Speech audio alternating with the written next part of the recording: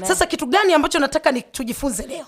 Kuna kitu ambacho nataka tukiangalia leo na kujifunza leo. Kitu gani ambacho nataka tujifunze? Biblia inasema kwamba kwenye kitabu cha Waebrania kwamba Torati ni kivuli.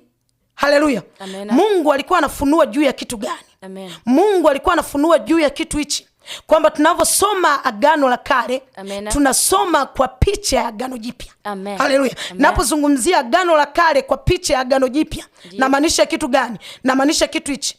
Biblia inasema palikuwa na mlango wa kondoo hapo Yerusalemu.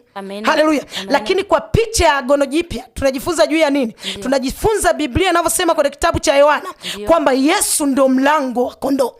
Haleluya. Biblia inasema ilikuwa ni sikukuu, Yesu akafika Yerusalemu penye mlango wa kondoo, akakutana pale na watu ambao walikuwa hawawezi. Biblia inasema vipofu walikuwepo pale, viwete walikuwepo pale, watu ambao walikuwa hawawezi walikuwepo pale. Haleluya. Biblia inafunua juu ya nyakati ambazo zilikuwepo. Biblia inafunua juu ya kilichotokea Yerusalemu. Haleluya. Lakini Biblia inaeleza juu ya mtu mmoja ambaye alikuwa hawezi kwa muda wa miaka 38. Haleluya. Naomba nisimamie hapo. Alikuwa hawezi kwa muda wa miaka 38.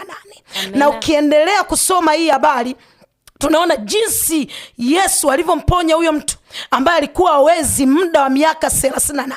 Haleluya. Sasa nataka tuongelee juu ya kitu gani ambao walikuwa hawezi. Biblia inafunua juu ya Yerusalemu. Haleluya. Sasa sio Yerusalemu.